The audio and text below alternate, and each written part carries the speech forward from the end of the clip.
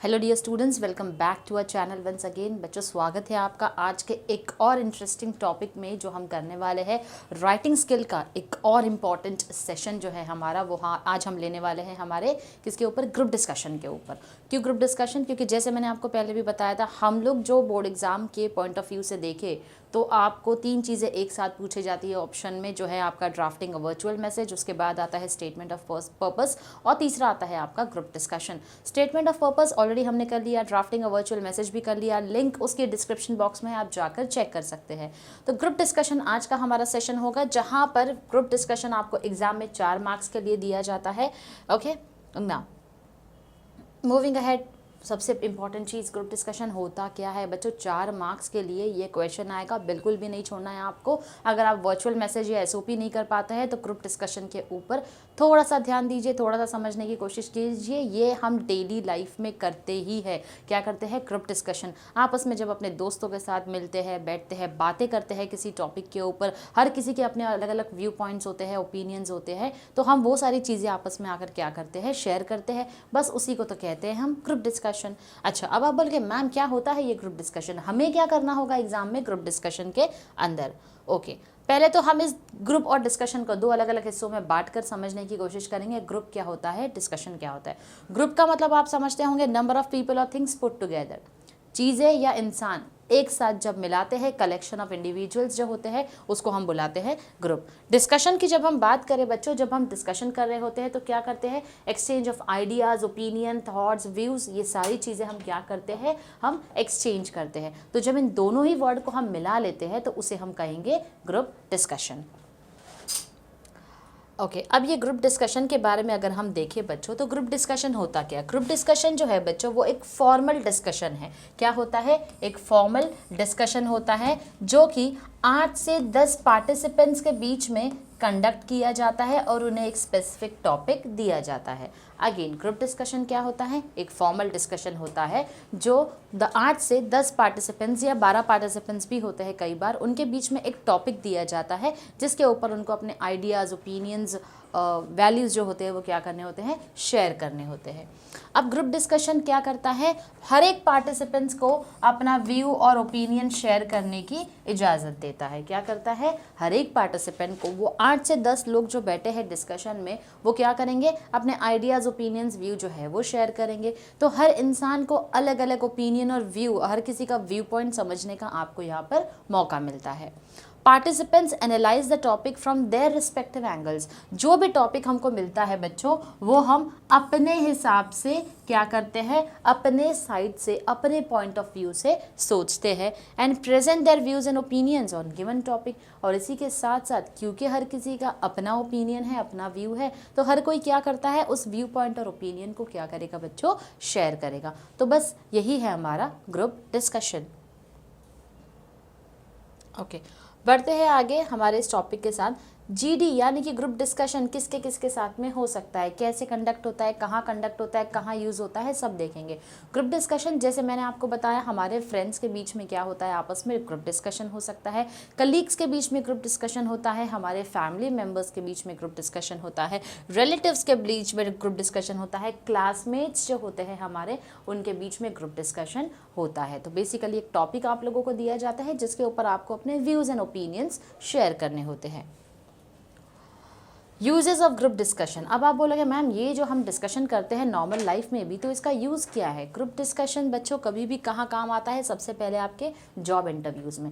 Group discussion जो है वो आपकी सॉफ्ट स्किल्स को क्या करता है, बाहर लेकर आता है। हार्ड स्किल्स और सॉफ्ट स्किल्स का डिफरेंस क्या है? हार्ड स्किल्स यानी कि मैंने आपका रिजल्ट देख लिया, रिजल्ट देखने के बाद में मुझे पता चला कि अरे आप तो बहुत बड़े टॉपर हो, 94-95% जो है वो सिक्योर करते हो, तो बहुत ही अच्छे और स्मार्ट स्टूडेंट हो आप, राइट। लेकिन जब मैंने आपको इंटरव्यू लिया और आपको कुछ बातें बोलने के लिए बोला, या फिर मैंने आपसे कुछ क्वेश्चन पूछा, या फिर मैंने आपको कुछ लोगों के बीच में छोड़ दिया काम करने के लिए, लेकिन आप जो है उस वक्त ब्लैंक हो गए क्योंकि आपको लोगों से इंटरेक्ट करना नहीं आता है, तो वो जो कुछ क्वालिटीज़ होती है उनको हम सॉफ्ट स्किल्स बुलाते हैं। जैसे एक टीम में मिलजुल कर काम करना, कम्युनिकेशन स्किल्स का होना, कन्विंसिंग स्किल्स का होना, ये सारी चीज़ें जो है वो बच्चों आपकी सॉफ्ट स्किल्स में आती है। इसीलिए ग्रुप डिस्कशन का इस्तेमाल हुआ करता है ताकि हम उस कैंडिडेट की या उस पार्टिसिपेंट की सॉफ्ट स्किल्स को चेक कर पाए।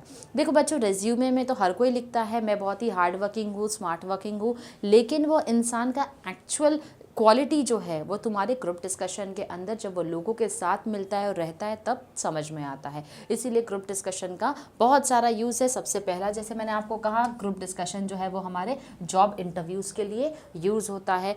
दूसरा होता है फैमिली डिसीशंस। जब आपके फैमिली में किसी चीज़ के ऊपर स्पेसिफिक डिसीजन लेना होगा, फॉर एग्जाम्पल अगर आपने कोई नया टेलीविज़न सेट लेना है या फिर कोई नया मोबाइल फ़ोन ख़रीदना है, आप आपस में पहले अपने घर वालों के साथ मिलकर क्या करते हो, डिस्कशन करते हो कौन सा टेलीविज़न अच्छा होगा, फीचर्स कितने अच्छे हैं, स्मार्ट टीवी का ज़माना चल रहा है तो हम स्मार्ट लेंगे, एलईडी, एलसीडी, ये सारी ही चीज़ें, कौन सी कंपनी, कौन सा ब्रांड अच्छा होगा, कितने इंच का चाहिए, साइज़, डिस्प्ले, ये सारी चीज़ें हम क्या करते हैं अपने फैमिली में डिस्कशन करते हैं ताकि हम एक फाइनल डिसीजन के ऊपर आ सके।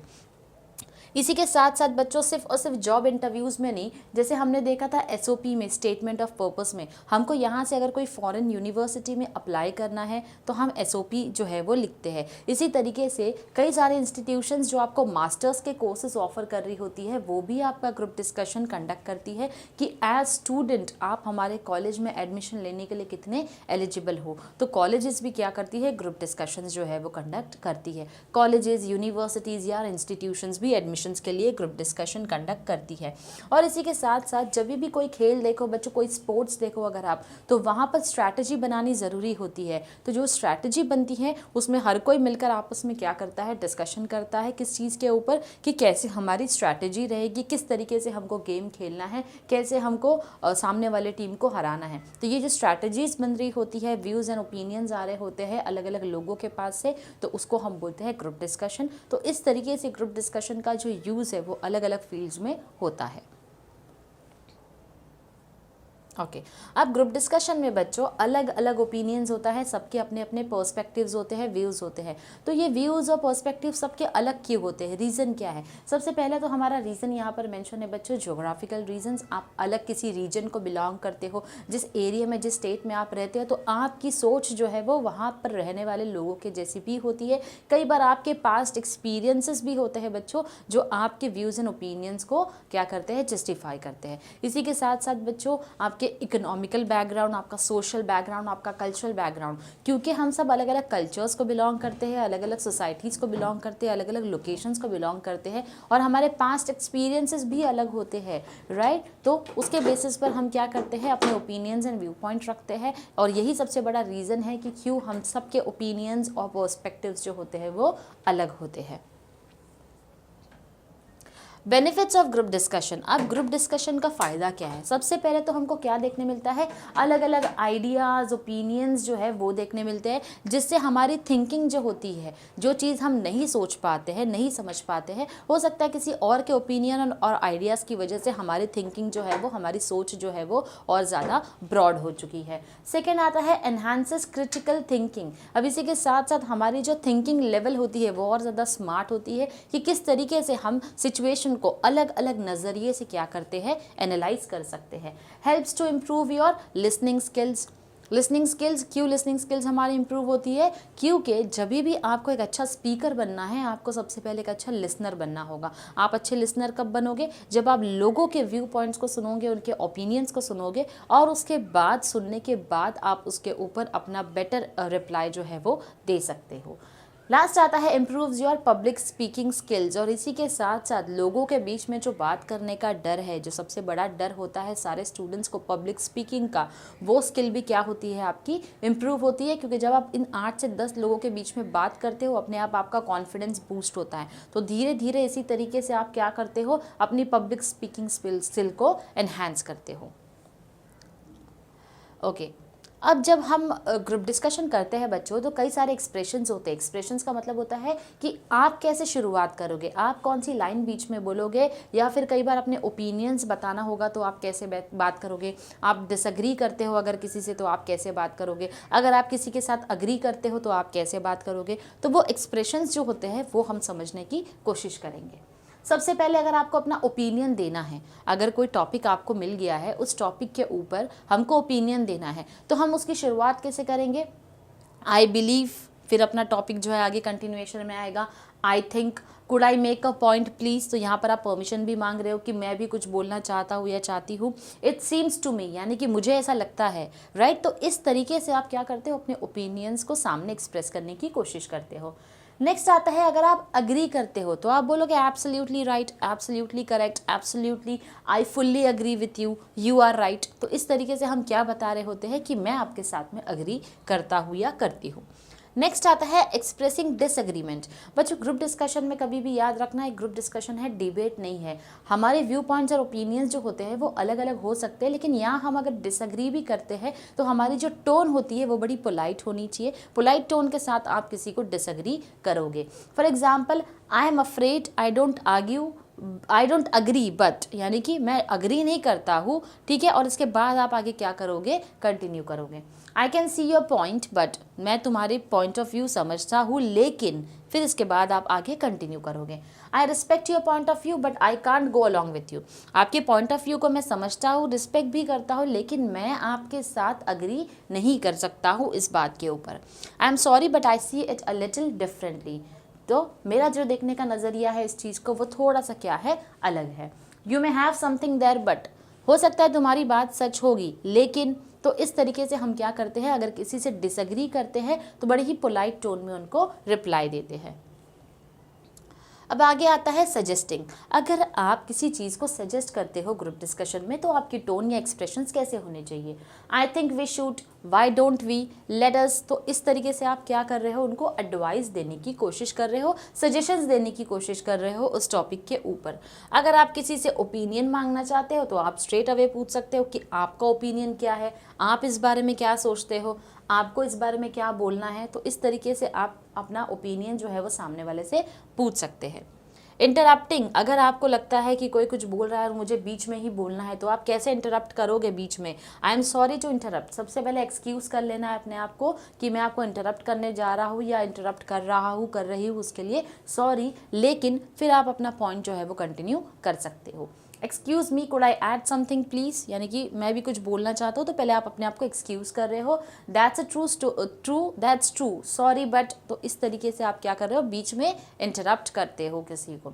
हैंडलिंग इंटरप्शंस, अगर आपके बीच में कोई बीच में बात कर रहा है तो आपको गुस्सा नहीं होना है उसके ऊपर, लेकिन आपको उसको क्या बोलना है, just a moment please, if you would let me finish. यानी कि हम किसी को गुस्से में हाथ दिखाकर बोलते हैं रुक जा, मैंने अभी ख़त्म नहीं किया, मेरा पॉइंट बाकी है, इस तरीके से आप नहीं बोल सकते हो। आपको बोलना है लेट मी जस्ट फिनिश, क्या आप मुझे कंप्लीट करने दोगे, प्यार से ही बोलना है हमको। Could I finish what I am saying, क्या मैं कंप्लीट कर सकता हूँ जो मैं बोलना चाहता हूँ या चाहती हूँ। Could you wait for a minute please, तो आप सामने वाले को एक मिनट मांग रहे हो कि रुक जाओ पहले मैं अपनी बातों को कंप्लीट कर लूँ। तो इस तरीके से बच्चों, जब भी कोई हमको इंटरप्ट करता है, बीच में हमारे बात करता है, तो हमको बड़े ही पोलाइट टोन में उनको क्या करना है, रोकना है।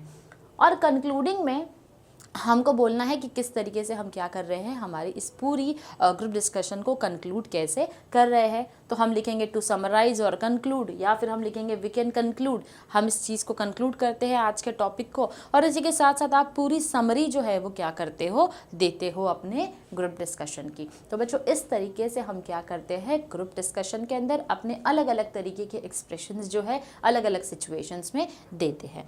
इसी के साथ बच्चों, हम अब करने वाले हैं एक छोटा सा सैम्पल हमारे ग्रुप डिस्कशन का, जो आपके टेक्स्ट बुक में भी दिया हुआ है।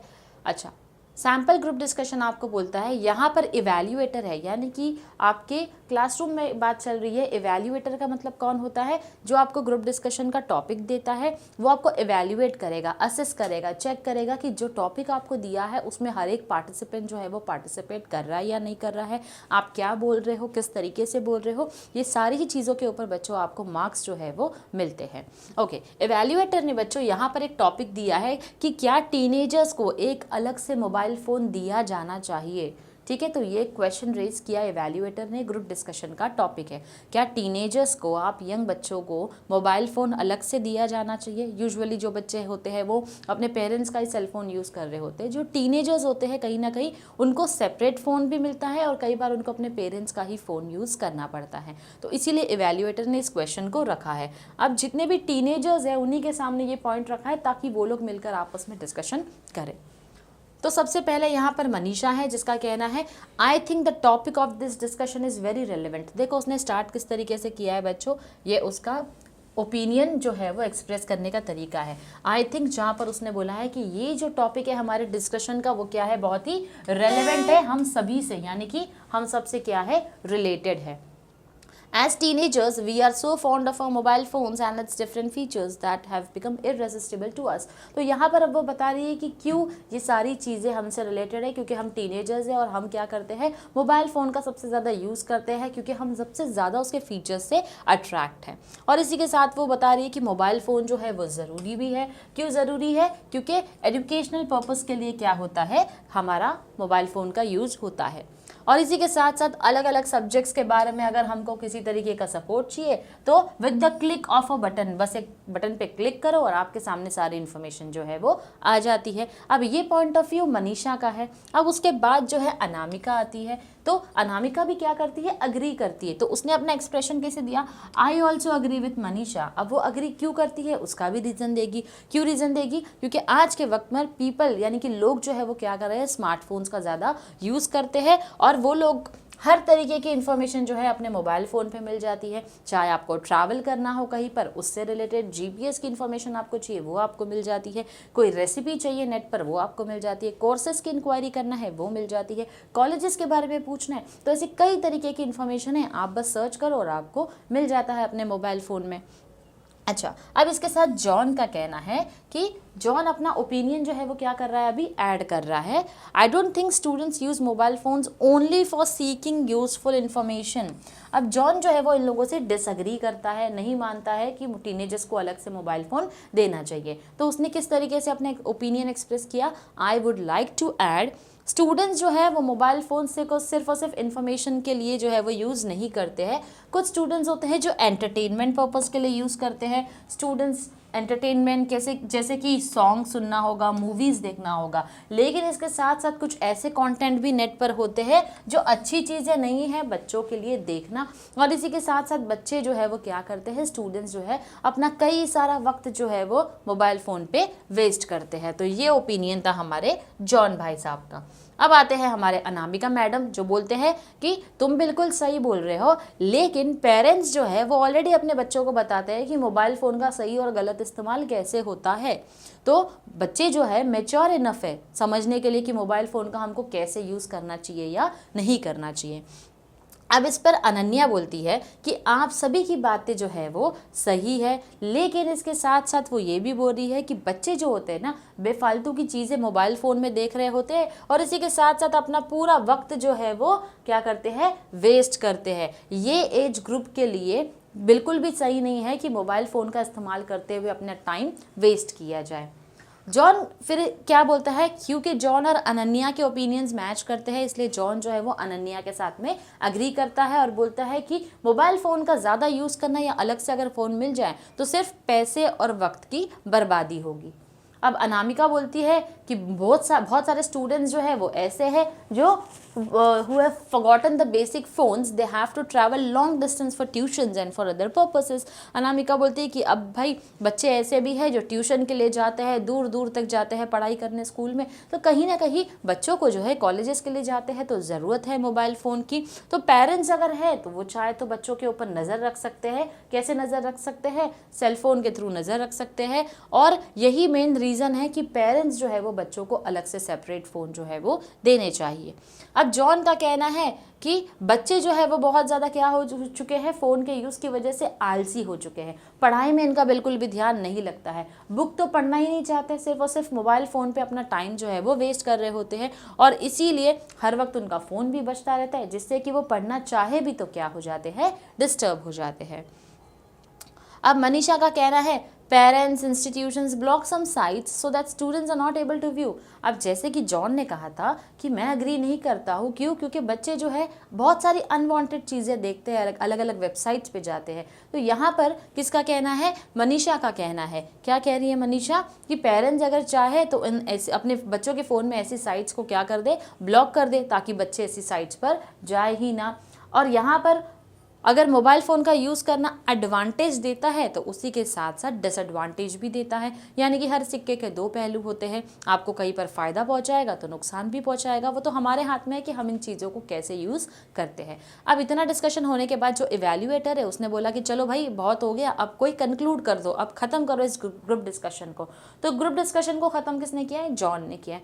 जॉन ने सारी ही चीज़ों को क्या किया है? समराइज़ करते हुए कहा है कि जो भी हमने मोबाइल फ़ोन के बारे में बात की है, तो मोबाइल फ़ोन जो है वो अच्छा है, यूज़फुल टूल है, लेकिन एक टाइम पीरियड तक, और एक टाइम पीरियड दे देना चाहिए बच्चों को क्या करने के लिए? मोबाइल फ़ोन को यूज़ करने के लिए, जिससे कि वो काउच पटेटोस बनकर ना बैठ जाए। काउच पटेटोस मतलब ऐसे जो सिर्फ बैठे रहे, लेजी है, आलसी है, उसके अलावा कुछ काम नहीं कर रहे हैं, पढ़ाई भी नहीं कर रहे हैं। इसी के साथ साथ कई सारी eye problem, posture problem, mobile phone की वजह से हम पूरे झुक से गए हैं, राइट, उसका यूज़ करते हुए, तो उनके पोस्चर्स भी जो है वो क्या होंगे? स्ट्रेट हो जाएंगे। ये सारी की सारी प्रॉब्लम्स जो हमको बताई जा रही है उसमें ये बताया जा रहा है कि जहाँ एक चीज़ का फ़ायदा है तो नुकसान भी है, तो एक लिमिटेड टाइम पीरियड तक क्या होना चाहिए? मोबाइल फ़ोन्स का यूसेज होना चाहिए।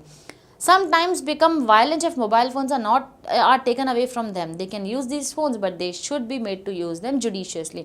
अब यहाँ पर एक और चीज़ बताइए हमको कि बच्चे जो है अगर उनसे मोबाइल फ़ोन ले लिया जाए तो बहुत ज़्यादा क्या हो जाते हैं? नाराज़ हो जाते हैं, बहुत ज़्यादा रूड हो जाते हैं। तो मोबाइल फ़ोन बच्चों को दो, लेकिन उसका सही इस्तेमाल भी उनको करना आना चाहिए, उसका मिसयूज़ ना करें। तो ये हमने देखा है एक ग्रुप डिस्कशन। अब आपके ब्रेनस्टॉर्मिंग का ही एक हिस्सा है जहाँ इवैल्यूएटर ने टीनेजर्स के ऊपर एक और टॉपिक दिया है कि teenagers are more inclined towards junk food nowadays, यानी कि आज के ज़माने के जो बच्चे हैं, टीनेजर्स हैं, वो क्या करते हैं? सबसे ज़्यादा फास्ट फूड, जंक फूड जो है वो खाते हैं। तो अब यहाँ पर ऐसे जब टॉपिक्स आते हैं बच्चों, तो आपको शुरुआत करनी है कि हेल्थ कॉन्शियस फूड से रिलेटेड आपको बात करनी है। आप अपने व्यूज़ एंड ओपिनियंस दे सकते हैं कि बच्चे क्या ऐसा कर सकते हैं कि जंक फूड से हटकर अपने घर का खाना खाने के ऊपर ज़्यादा फोकस करें। तो ये जो है हमारे पॉइंट ऑफ डिस्कशंस हमने इसके अंदर मेंशन किए हैं। ये पीडीएफ जो है बच्चों वो आपको टेलीग्राम चैनल पर सर फॉरवर्ड कर देंगे। इसी के साथ बच्चों हमारा ग्रुप डिस्कशन का सेशन भी कंप्लीट होता है। मिलते हैं आपसे अपने नेक्स्ट सेशन में, जिसमें हम करने वाले हैं हमारे ईमेल राइटिंग, रिपोर्ट राइटिंग और स्पीच के ऊपर। Till then stay tuned to our lectures. Thank you very much.